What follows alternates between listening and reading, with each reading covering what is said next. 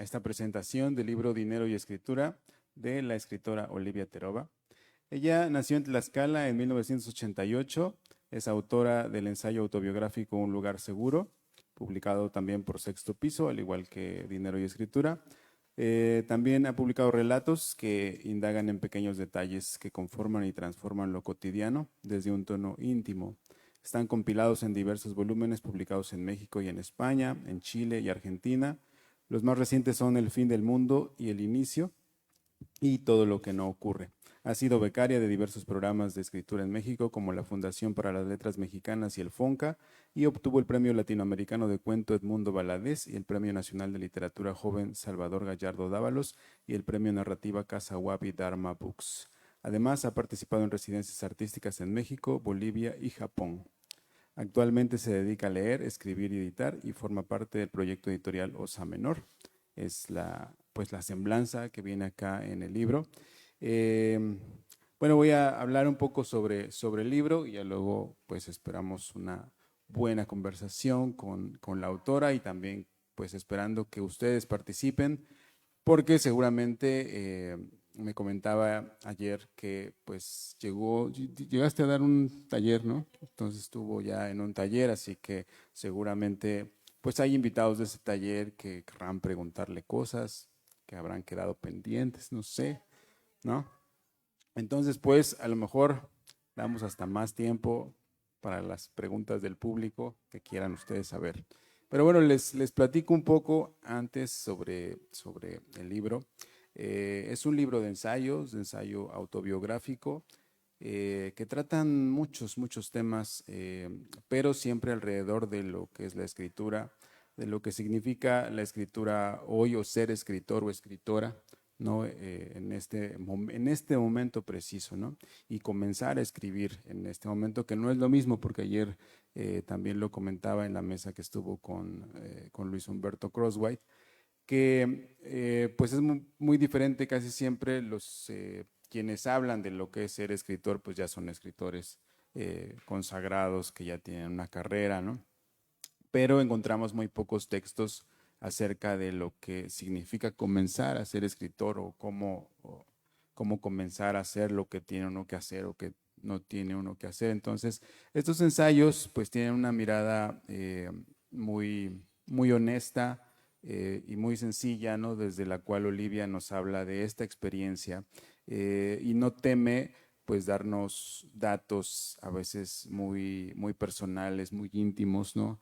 De relaciones con su familia, de cosas, de miedos que tiene, de cosas que le van ocurriendo y que se le van ocurriendo también, ¿no? Sobre el camino, sobre este intento. Por supuesto, igual tiene relación con su libro anterior, ¿no? Que es Un lugar seguro. Sí. Ajá. No, que por supuesto nos remite al ensayo maravilloso de Virginia Woolf, ¿no? Que pues es un clásico y que además pues muy inteligente, ¿no? Para su época, donde pues ya planteaba muchas de estas cuestiones, ¿no? ¿Qué necesita una mujer para escribir? Es lo que se preguntaba en ese momento Virginia Woolf y es lo que también se pregunta Olivia Terova. ¿Y qué ha cambiado, no? Por supuesto, hay muchas diferencias, hay cosas que han mejorado, otras que siguen igual, ¿no? Pero entonces estos tres ensayos que conforman el libro pues van rondando siempre sobre eso, ¿no? Hay otros que de repente pues se separan un poco, algunos sobre asuntos familiares, como la relación con tu abuelo, ¿no? O unos muy gracioso, bueno, a mí me hizo gracia lo que platica sobre los dentistas, ¿no? Que además con lo que uno se identifica, o sea, es un terror siempre ir con el dentista y todo lo que le pasa a uno en los dientes y que pues no se escribe sobre eso, ¿no? Entonces, el ensayo autobiográfico pues es un género que es siempre muy novedoso y pues más cercano, ¿no? Que la gente cuando lo lee pues logra identificar esos temas, sentirse un poco más cerca del escritor, pensar, pues a mí también me han ocurrido cosas así y he pensado también cosas parecidas, ¿no? Otros temas también, por supuesto, el tema del feminismo, de lo que implica ser mujer y estar también en este ambiente o en este intento de escribir, de vivir de la escritura, porque eso se trata, ¿no? Entonces, bueno, voy a ir preguntándole a la autora para darle la voz ya, ¿no? Y pues empezar a escuchar. ¿Cómo es que cómo es que empieza a forjarse esta idea? Porque pues tú misma nos comentas aquí en el libro que los ensayos pues se han publicado en otras antologías. ¿Y cómo es que como que surge la idea de integrarlos sobre este tema? Bueno, muy buenas tardes. Muchas gracias a todas por estar aquí. Muchas gracias, Juan Carlos, por esta presentación. Estoy muy emocionada. Efectivamente, sí hay algunas alumnas de mis talleres, entonces me pone muy feliz. Y un poco tiene que ver con toda mi labor de enseñanza este libro, porque, em, no sé, yo siempre he sido una persona desde muy niña muy distraída, pero generalmente quienes nos distraemos es porque le prestamos demasiada atención a cosas que no son en las que están viendo los demás, ¿no? Entonces, una de estas preguntas que me rondaba desde que empecé a escribir Un lugar seguro era si estaba escribiendo ensayo. Yo empecé con narrativa y estaba escribiendo en un lugar en esta beca de la Fundación para las Letras Mexicanas y ahí te dividen por género literario. Entonces, el taller de ensayo estaba a un lado. Yo empecé a leer a varios de mis compañeros, me gustó mucho. Uno de mis compañeros más cercanos justamente hizo su tesis de maestría sobre Pitol, entonces todo el tiempo me estaba hablando de él. Leí nuevas cosas y dije, creo que ahí es donde puedo volcar algunos intereses. Y ya que salió el libro, el de Un lugar seguro, salió publicado, una editorial española me escribió, y esta editorial se llama Las Afueras, y lo que hacen es publicar textos híbridos. Me dijeron, es que tu libro es un libro híbrido. Y mi editor de Paraíso Perdido me decía, es que es como un libro de crónicas. Y yo decía, Dios mío, ¿qué estoy haciendo? Y realmente sí me apoyé mucho en el género del ensayo, como se explica en manuales de escritura, que sobre todo lo importante del ensayo es divagar. Es una manera de paseo por el pensamiento y donde te permites perderte en el camino y al final llegas a otro punto, pero siempre está muy permitida, tiene una gran apertura a diversos temas y formas. Entonces, todavía seguía pensando eso, estaba dando talleres de ensayo autobiográfico y otra vez era esa pregunta. Obviamente la compartía con mis amistades y gran parte del tema del ensayo contemporáneo es qué es el ensayo. Hay un texto maravilloso de René López Villamar que se llama algo, es algo así como Arjona tenía razón, que es un título muy juguetón. Y él dice, bueno, hay que actualizar el género del ensayo. Yo ya no creo que sea un centauro, creo que es como unas tortugas ninja, porque tiene que ser mutante, adolescente, subterráneo. Entonces, es un tema muy constante. Y en estas preguntas me topé también con amigas que estaban en escuelas de escritura creativa en Estados Unidos y me dijeron, pues es que realmente allá no te enseñan ensayo, te enseñan a hacer non-fiction. Y entonces como que entre preguntándole a editores me di cuenta que el non-fiction puede abarcar desde libros tipo National Geographic, o sea, como Viaje a Islandia, y también puede abarcar a Maggie Nelson, y todo está en non-fiction, y también hay poesía. Entonces como que es una cosa muy amplia. Y en esas preguntas me topé con un libro que justo está en sexto piso, que se llama Todas las esquizofrenias, de Smegwei Jungwan, que surgió a partir de un artículo que había publicado, que fue muy popular, y a partir de eso hizo una recopilación. Entonces yo me quedé pensando, desde que se escribió Un lugar seguro me han encargado un montón de ensayos y muchos van sobre el mismo tema. Entonces regresé a mi propio trabajo y el dinero y la vida material en general están muy presentes. Y dije, quizá pueda hacer una recopilación y me gustó mucho la idea de ponerle este título porque me gusta lanzar preguntas, me gusta generar inquietudes. Y sé que es un título que genera inquietud, incluso desde el pronunciar dinero y escritura juntos ya parece como extraño. ¿Cómo es que están una cosa junto a la otra? Sí, porque precisamente, eh, bueno, si uno se da una vuelta por las editoriales, los libros están carísimos, ¿no? Y entonces, pues, el escritor debe vivir bien, ¿no? Pero, pues, tú nos relatas desde esta perspectiva te decía yo, muy honesta, muy sincera, pues todo ese trabajo que cuesta vivir de la escritura, sobre todo cuando uno está comenzando. O sea, hay trabajos que no te pagan, ¿qué, cuáles son las posibilidades que tiene un escritor? Y también otra cosa quería preguntarte, ¿en qué momento tú te sentiste ya escritora? O sea, dijiste, sí, soy escritora, ¿no? Porque, o sea, cuando uno empieza a publicar, y incluso escritores consagrados, pues no se dedican solo a escribir, a veces se dedican a dar clases, ¿no? O tienen otro trabajo.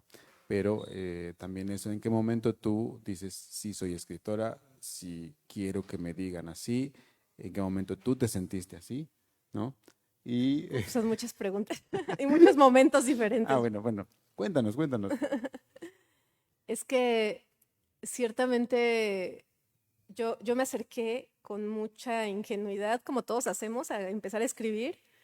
Me mudé a la ciudad de Puebla para la universidad y un día vi un cartel que decía Escuela de Escritores y dije, ¿qué?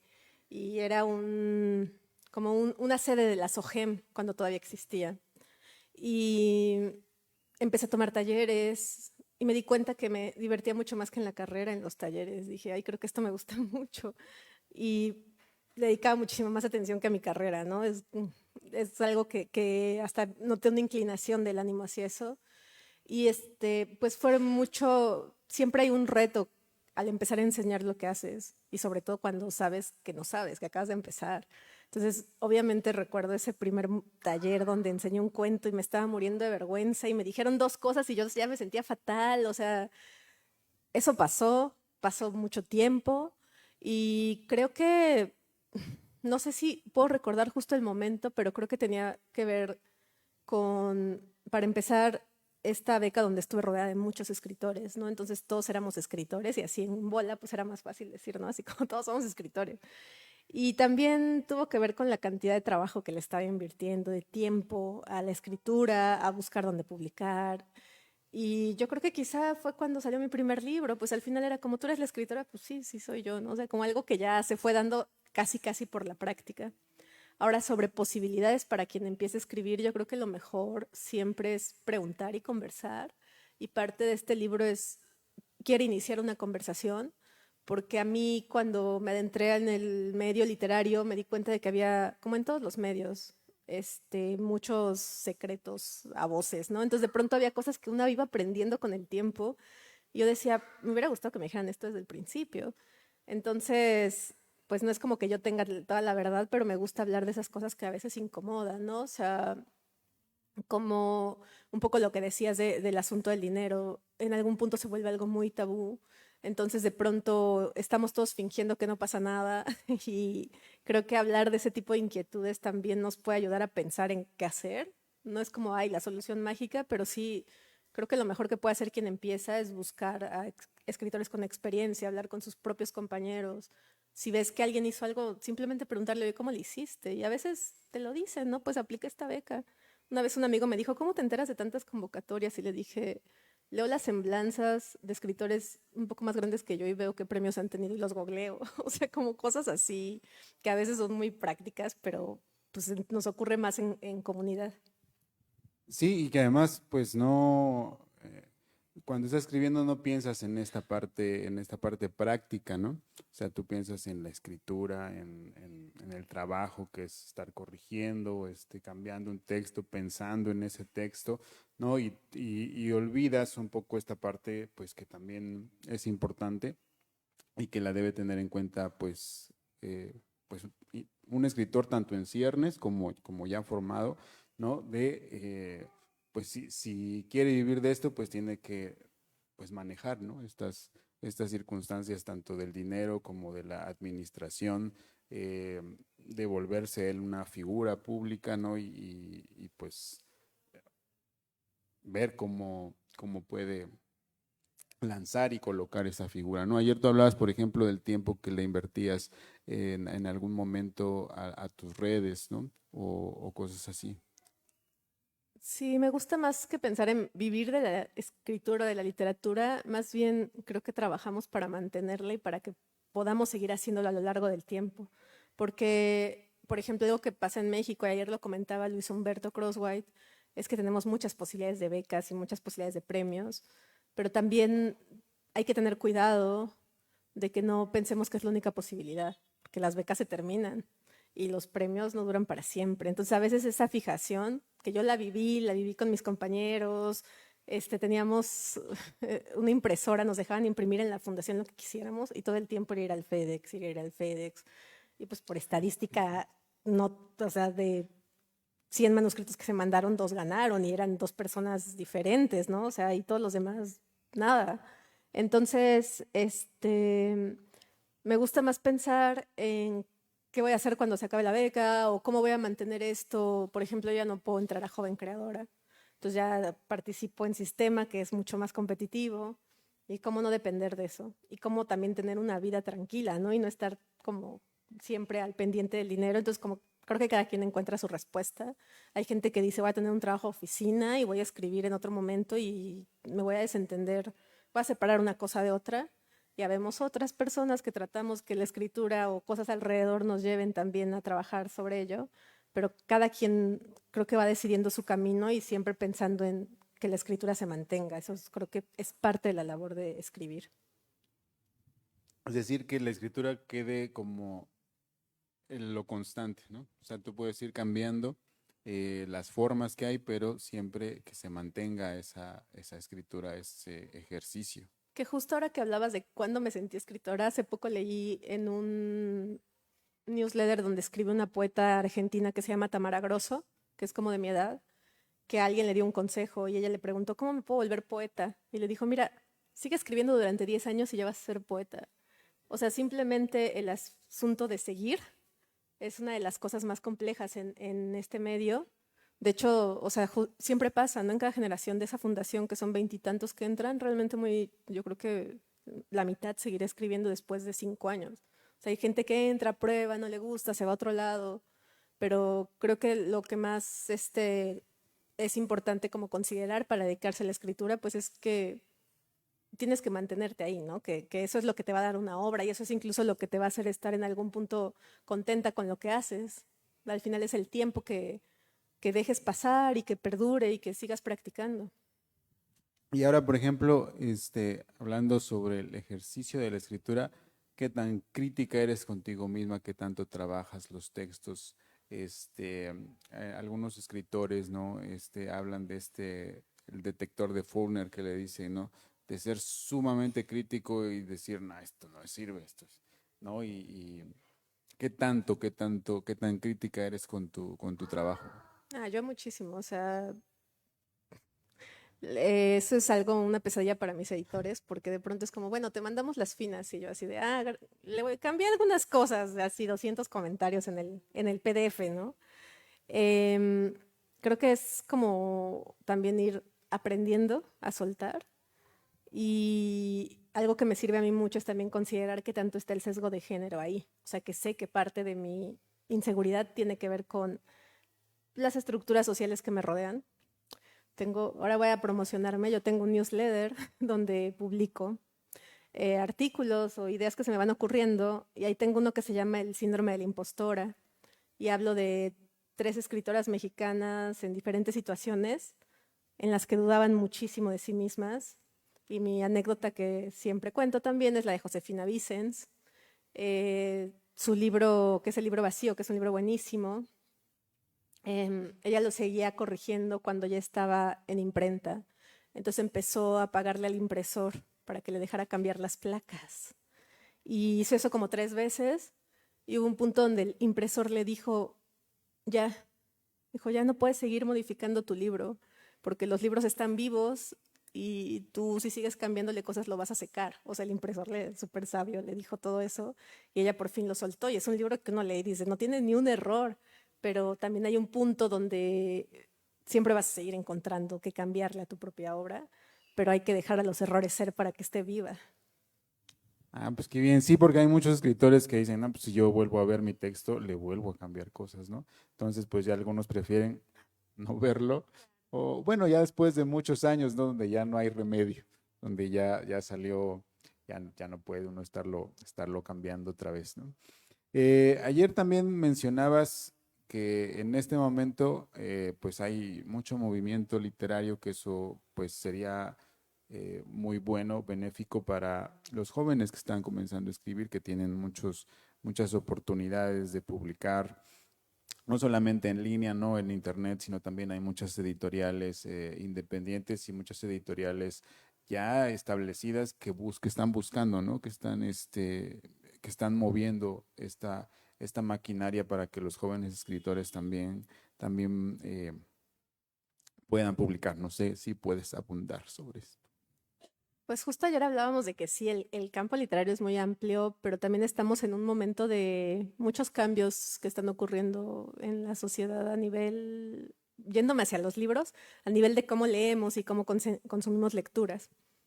Entonces, no sé, siento que hay una infinidad de posibilidades y que siempre es bueno tratar de conocer todas las posibles, o sea, desde autopublicarse, desde hacer fanzines, desde crear tu propia revista, hasta empezar a buscar lugares donde dar a conocer tu obra.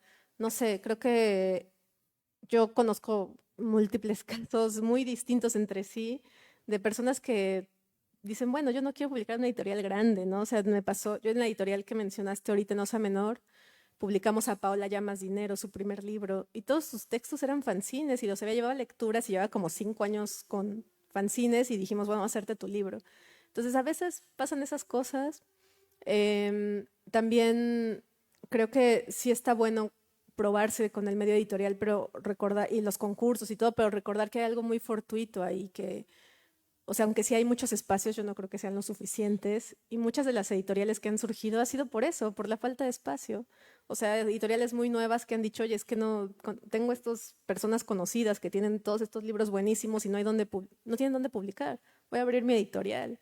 Entonces, que eso también es una posibilidad, ¿no? Y creo que es algo que ocurre constantemente porque quien escribe quiere mostrarle muchas veces no solo su escritura a los demás, sino otras cosas que nos entusiasman. Y eso ha ido también como permeando en este mundo, en lo que existe ahora en cuestiones editoriales.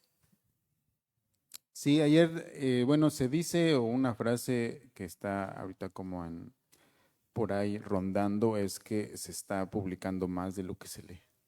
¿Estás de acuerdo? Porque ayer me decías que se está leyendo mucho en talleres, en círculos de lectura, y eso es algo padre, ¿no? Que surge pues en la pandemia, o a lo mejor sí había antes, pero en la pandemia es cuando aumenta bastante, ¿no? Estos círculos de lectura más allá de lugares especializados, ¿no? Donde se puede leer. A mí siempre me interesa mucho recalcar que muchas de las generalizaciones que hacemos vienen a partir de la industria editorial, vienen a partir de la literatura comercial y de lo que se puede cuantificar. El año pasado fui a un encuentro de mediadores de salas de lectura en Puebla y este programa de mediadores se empezó creo que hace como 10 años, algo así, pero esa gente es voluntaria, o sea, no les pagan por participar. Y empezaron a contar anécdotas de la labor que hacían dentro de sus comunidades y dije, pero pues están leyendo un montón.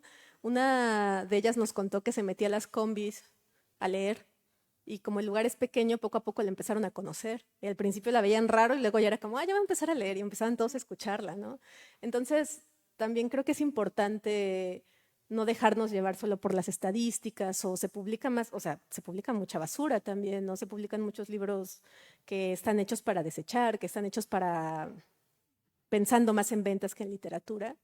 Y creo que parte de todos estos cambios que están ocurriendo es que las editoriales también, sobre todo las independientes, estamos aprendiendo a llegar a los lectores y las lectoras que puedan estar interesadas, porque pasa mucho con las grandes, ¿no? Que sacan los libros y los avientan y ahí a ver quién lo ve. Y con las pequeñas solemos trabajar más con círculos de lectura, con gente más especializada y siempre encontramos interés en algún lugar. O sea, creo que sí, esa parte de la lectura, de acercarnos de una forma más genuina, es algo que sí está ocurriendo en este momento. Sí, y qué padre, ¿no? Que haya este acercamiento entre autores y lectores. Justamente lo platicaba pues con Nayeli García, con Karina Sosa, y pues mencionaban esto de los talleres, de los círculos de lectura, que pues es un espacio muy interesante, ¿no? Para leer, y además desde donde se puede leer diferente, porque muchas veces en la academia, ¿no? En las universidades, ¿no? En las facultades de letras o en los institutos, pues ya se lee diferente, ¿no? Y de repente también hay como cierto temor del lector general, del lector que no es especializado, así como a acercarse a las obras y a leerlas, a decir, bueno, yo pienso esto de esta obra, o me gustó, o no me gustó, o por qué les gustó, ¿no? Y bueno, ven la crítica que hay y dicen, "Ay, no sé, no podría yo hacer esa especie de crítica, ¿no? Entonces es como más cercano esta relación entre los autores y los lectores. ¿Cómo te sientes tú en los círculos o en los talleres?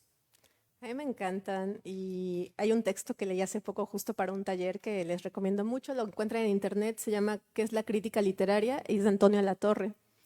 Y justo ahí él habla de que la crítica literaria en realidad es dar tu comentario sobre lo que lees y que obviamente hay crítica más especializada y que tiene fundamentos teóricos, pero todos somos en potencia críticos literarios. Y eso es muy importante recordarlo porque leer y hablar de lo que leemos es algo que enriquece al medio. Y creo que parte es lo que hacen los círculos de lectura. Em, entonces, nada, o sea, a veces también, por ejemplo, yo cuando armo talleres que tienen más que ver con libros, de pronto guío la lectura por cierta teoría, o sea, como que llegas a un punto intermedio donde estás al final enriqueciendo lo que lees y compartiéndolo y eso ya me parece súper valioso.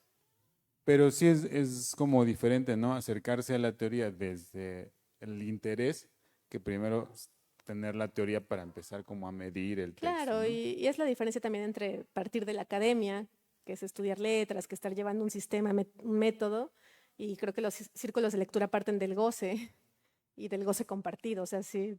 Que además, pues, Kant pues decía eso, al final de cuentas, el placer estético proviene de un gusto personal, ¿no? O sea, puede haber un montón de teoría, se puede filosofar un montón, pero finalmente es algo personal cuando te gusta una obra, cuando una obra te dice algo, ¿no? Y te llega, te transmite cosas, ¿no? Entonces, pues eso, pues yo creo que está presente acá en los círculos de lectura. Voy a hacerle una última pregunta yo y ya luego dejo que todos participen. Quería preguntarte esto. Ayer comentabas que ponías un ejemplo sobre la poesía, digamos, cierto, tal vez de cierto cambio generacional. Mencionabas la forma en la que se está haciendo poesía en Argentina, por ejemplo, y cómo hay un cierto rechazo, ¿no? De la, de quienes se consideran poetas más serios, no sé. ¿Piensas que sucede algo así con el ensayo? Que hay como cierto rechazo a este ensayo que es un poco más cercano, sencillo también, ¿no? Que de repente parece eh, que no tuviera ciertas bases teóricas, ¿no? Pero finalmente, como mencionabas hace rato, el ensayo en su origen, Montaigne lo pensó así, es una reflexión, ¿no? Nada más, o sea, divagar, dejar que tu pensamiento fluya y a ver a dónde llega, ¿no? O Que sea, decía, mis pensamientos corren como caballos desbocados. ujú, ¿no? Y pues ahí hay cartas, hay, bueno, el género epistolar, las confesiones de San Agustín, pues es esto, o sea, es dejar pensar, igual va cambiando el estilo, ¿no? Pero de origen es esto, es esta divagación nada más. Pues justo tengo una anécdota sobre eso, que yo fui jurado de un concurso hace como un año y era de ensayo universitario.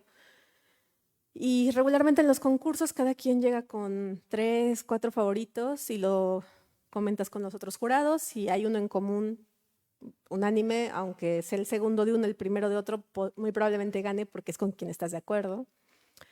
Y todos traíamos textos diferentes, eso es muy raro que pase. Y entonces les pregunté, ¿qué creen ustedes que es el ensayo? Y entonces tuvimos una charla como de una hora y todos pensábamos cosas diferentes. Y era por eso que habíamos elegido textos distintos, ¿no? Y nos tardamos un rato en llegar a un acuerdo. Creo que sí hay como mucha disyuntiva, precisamente por la tradición de ensayo que hay acá. Mm, y sí también hay cierto rechazo, pero otra cosa que está ocurriendo a la vez es que yo conozco a muchas escritoras jóvenes que quieren hacer ensayo literario. Entonces, al final, los géneros es una clasificación que se hace desde los textos, no es que los textos partan de la definición para hacerse. y es algo que está ocurriendo en este momento. Claro, sí, puede ser también un cambio generacional, ¿no? Pero porque veníamos así como de una idea del ensayo, así como de Octavio Paz, o no sé, ¿no? Que es, y que se le critica pues esa voz tan solemne, ¿no? Y que de repente, pues, si tú quieres fomentar la lectura, le das eso a un joven y Sí, muy dogmática, muy ortodoxa, sí, no sí, lo sí. va a leer, ¿no? Y no le va a entender, no le va a gustar, ¿no? Y si tú le das algo más accesible, que con lo que se puede identificar, ¿no? Pues eso también lo va acercando a la literatura, a la lectura, y por supuesto también, no quiere decir que lo sencillo sea no sea profundo, ¿no? A Claro, es veces, esta idea de que lo sencillo no tiene por qué ser simple y lo complejo no tiene por qué ser complicado tampoco, ¿no? O sea, puede ser un texto a complejidad, pero que tenga una estructura que se entienda. Y ujú, también la sencillez es bien difícil de lograr en la prosa. así es, ¿no? O sea, una de las características que debe tener un buen texto es que sea sencillo, ¿no? Que sea fácil de entender. O sea, si un texto no se entiende, o sea, no es que esté bien escrito, ¿no? O sea, ahí algo Claro, falló, o sea, sí. porque no está cumpliendo su propósito de transmitir algo. Bueno, entonces ahora sí, pasamos al público. Quién quiere hacer alguna pregunta? Ahí está.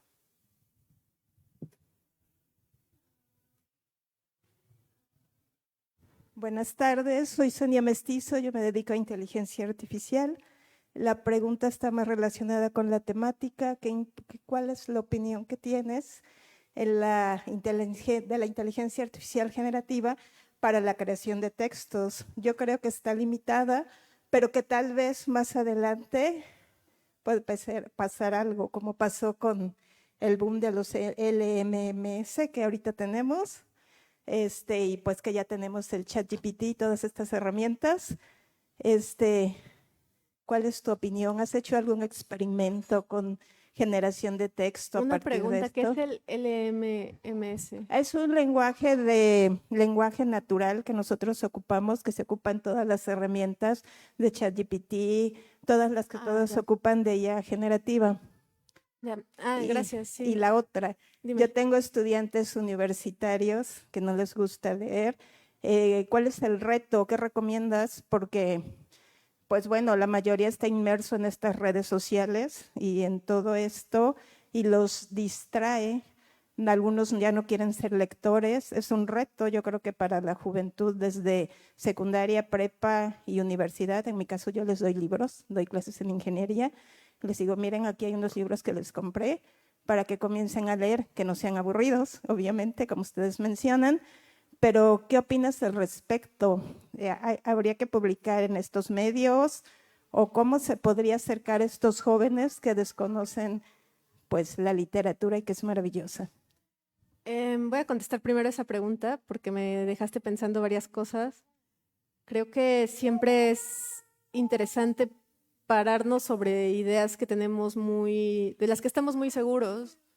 Y yo no creo que a la gente no le guste leer, porque de hecho en lo que consumimos ahora hay muchísimo texto de entrada, ¿no? Y muchos de los videos o historias que se hacen más populares tienen ciertas narrativas que están muy bien hechas. Entonces ahí hay como una base.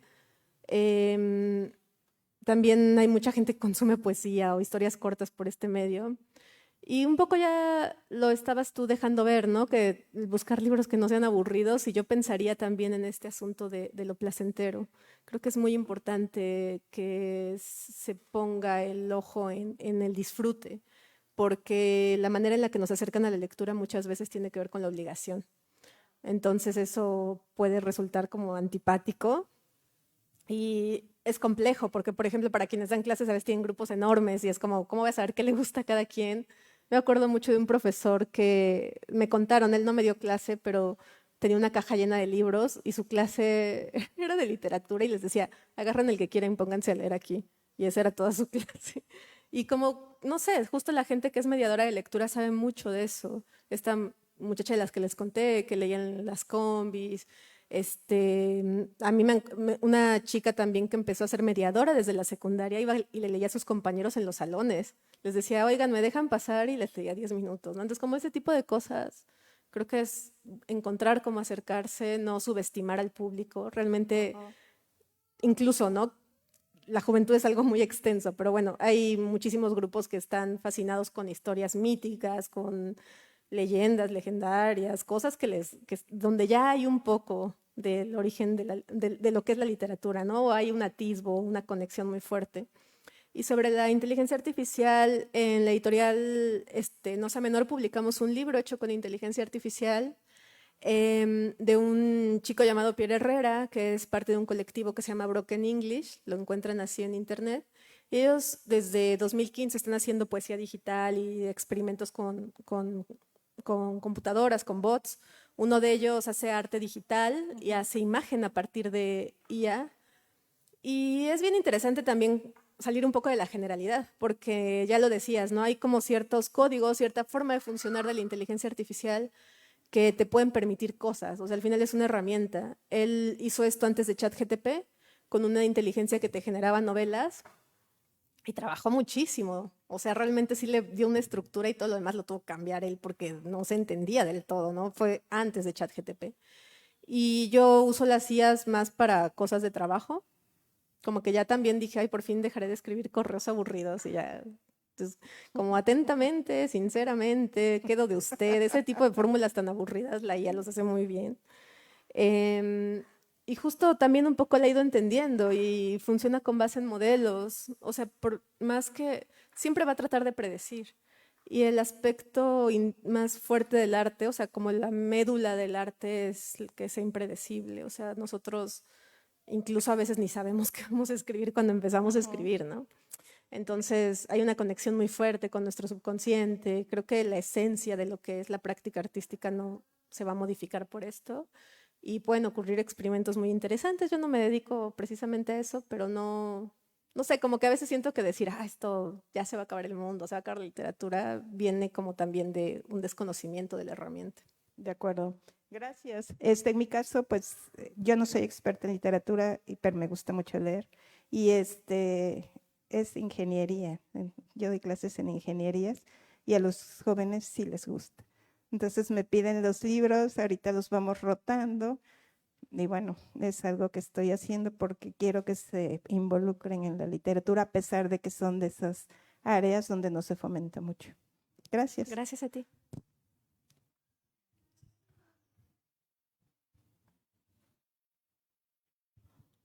Buenas tardes. Pensando en el título de este libro, Dinero y Escritura, al principio yo tenía así como un poco de temor, como porque es un tema de pronto como que toca muchas fibras sensibles del sistema en el que estamos inmersas e inmersos, ¿no? Y de pronto es como que, bueno, de manera personal dije, no sé si quiero ponerme a pensar en esto porque no sé si voy a poder dormir bien otra vez, ¿no? Pero a mí me gustó, bueno, me está gustando mucho porque al empecé, me gusta que cuando nos aproximas a un tema, porque en un lugar seguro, yo no sabía qué esperar y sí fue como literalmente un lugar seguro el propio libro. Y en este dije, bueno, me voy a aventar. Y no fue ese momento, no sé, como ríspido de encontrarse con la realidad y simplemente la realidad tajante y ya, sino como pensar otra cosa, como porque ya nos decían también aquí, Juan Carlos, sobre que involucras, o sea, temas de personales, ¿no? O sea, tu familia, tus abuelos, etc. Y eso, como que de pronto siento que se nos olvida que estos temas tan, pues no sé, que nos trastocan, tienen mucho de humanos, humanas, ¿no? O sea, de seres sintientes y que de pronto depende de quién lo esté mostrando, o sea, qué lado queremos mostrar de esto que sigue siendo humano y que no tiene que ser necesariamente como ese objeto que está como contra nosotras, ¿no? El dinero, ¿no? Porque hablando ya como un elemento laboral, la escritura, hace rato, pero me saltó otra vez porque decías, eh, me parece importante nombrar las cosas que yo veo como escritora, ¿no? Como desde este lugar de escritura del género, de que las mujeres escriben y el síndrome de la impostora y demás. Entonces me parece eso más potente de este libro porque al mismo tiempo es los tabús sobre una labor, una retribución y después quienes no han sido nombradas históricamente en muchas profesiones, ¿no? Pero sobre todo en la literatura, ¿no? Y cómo de pronto estos espacios, en este, creo, boom de la actualidad, las mujeres están como exigiendo, pero haciéndose presente. Y creo que, no sé si diría que era un poco, tal vez inevitable que estos temas surgieran precisamente por estos lugares que no nos han permitido muchas veces como nombrar. Y es como, bueno, ¿y por qué no? Yo también voy a hablar de que, bueno, yo puedo trabajar, yo puedo obtener, puedo escribir, me puedo nombrar escritora, a pesar de que de pronto es como un tabú también nombrarse escritor o escritora, no sé por qué, pero bueno, sí sé. Pero eso decía, es como más un comentario porque me deja pensando y bueno, también me deja pensando en lo de las IAs y que no tiene que por eso ser el fin de la creación. Muchas gracias, Yasmin. Sí, de hecho, esa es la intención del libro, como abrir el diálogo, compartir dudas, inquietudes. Em, Ciertamente, como les decía al principio, ¿no? Lo del dinero es una especie de provocación, pero también me interesa mucho, y tú, bueno, seguro incluso desde la psicología también se plantea, ¿no? ¿Qué es el dinero en realidad? O sea, ¿qué simboliza en nuestra vida? ¿Qué implica que Virginia Woolf quiera un cuarto propio, que nadie te interrumpe? ¿Qué implica que nadie te interrumpa? Que sepan que hay un punto donde no va a estar disponible, porque las mujeres socialmente estamos casi siempre asignadas a labores de cuidado, sin horario de entrada ni de salida. Entonces, creo que hay mucho que nombrar todavía y también desde nuestro contexto, porque Virginia Woolf es de hace muchísimo tiempo y de un país muy distinto al nuestro, y preguntarnos, siento que un poco lo que trato aquí es de que la forma hable también por sí misma, o sea, como poner en voz alta estos temas es también una forma de preguntarnos cómo ocupar el espacio público y cómo llevar esto a la discusión, justamente. Gracias. ¿Alguna otra intervención, una pregunta? Todavía tenemos un poquitito de tiempo, apenas unos minutos.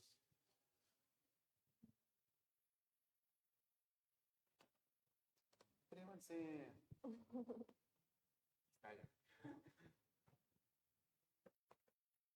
Hola, buenas tardes. Yo soy Gabriela. Soy estudiante de Derecho, pero siempre me ha llamado mucho la escritura y la lectura desde muy niña. Y hace como 2 años, mi mejor amiga me regaló Un lugar seguro. Y fue como el primer libro de ensayos que me senté a leer así de corrido y me gustó mucho y como que leerte como que me impulsó a seguir como leyendo el género y entonces en 2023 empecé a escribir ensayo, pero se me ha dificultado porque soy una persona que se distrae como muy fácilmente, ¿no? Entonces pasó como mucho rato para que yo escribiera un ensayo, o sea, como que me gustara, que me dejara como muy satisfecha. Entonces, yo siento, y de hecho lo comentaba con mi mejor amiga, que tu escritura es una escritura a la que le pones como mucho cuidado, que le pones como mucha atención, pero no atención en cuanto a detallitos como fijarte en detalles muy pequeños, sino en que la cuidas, o sea, la procuras, lo que estás escribiendo lo procuras.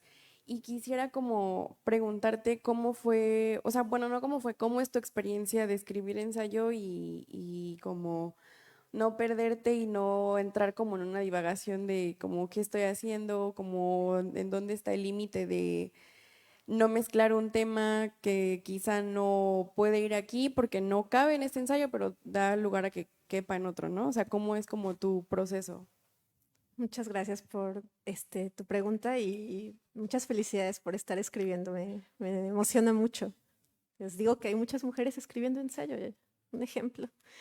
Yo también soy muy distraída y eso es algo noble del ensayo, que te deja distraerte, También yo creo firmemente que la labor de escritura es realmente reescritura. Yo casi siempre dejo salir todo lo que hay y ya cuando releo sí digo, ay, creo que esto va para otro ensayo, creo que esto quizá está de más. También me sirve mucho que me lean. Mi pareja se dedica también a escribir, entonces es como mi primer lector y así a veces me dice, pues aquí ya no entendí por qué metiste esto. Yo a veces también lo leo y digo, yo tampoco, ya no me acuerdo, ¿no? De pronto la mente se va para otro lado. Pero sobre todo tiene que ver con releerlo mucho y me gusta, algo que yo recomiendo, hay varias cosas. Una, que ante la duda escribas la duda, eso siempre ayuda y en un lugar seguro se nota un poco, ¿no? Que hay veces donde digo, pues la verdad no sé si alguien va a leer esto y era literal yo pensando eso. Obviamente cuando lo revisé lo cambié de lugar, etcétera, pero eso es algo que permite el ensayo, ser muy metatextual. Entonces ahí tus reflexiones sobre el texto mismo se pueden meter y después ves si funciona, si no funciona. Y otra cosa es leerte en voz alta y grabarte, o leerte en voz alta y escucharte. O sea, para mí tiene mucho que ver con el oído. Y ese cuidado que sí, realmente soy muy cuidadosa con mis textos, tiene que ver con que me resuene, con que ya digo, ah, suena bien. Y a veces digo, no, todavía no suena como yo quiero que suene. No sé qué es lo que quiero, pero lo sabré cuando lo escuche. Entonces sí, uso mucho el oído para esas cosas. Muy bien, pues muchas gracias. Muchas gracias por habernos acompañado en esta tarde, en esta presentación del libro Dinero y Escritura de Olivia Terova. Y pues habrá un momento ahorita para que les firme sus ejemplares. Entonces, pues muchas gracias y pues síganos acompañando en las actividades de la feria. Antes de terminar, le entrego su reconocimiento a Olivia Muchas Terova gracias, Juan por Carlos. su participación.